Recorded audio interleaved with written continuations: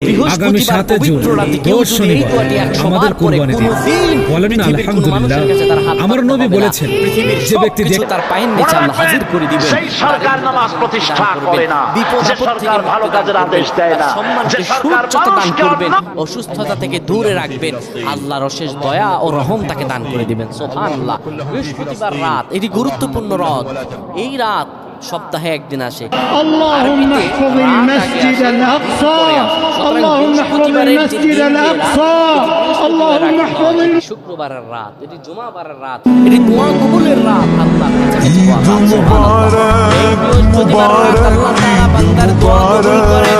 কেউ যদি বৃহস্পতিবার রাতে ঈশা নামাজের পরে পবিত্র হয়ে ইয়া হাইয়্যু ইয়া হাইয়্যু ইয়া হাইয়্যু ইয়া রাফিউ ইয়া রাফিউ ইয়া রাফিউ এই দোয়াগুলো করতে পারে 100 বার, আল্লাহ রাব্বুল আলামিন তার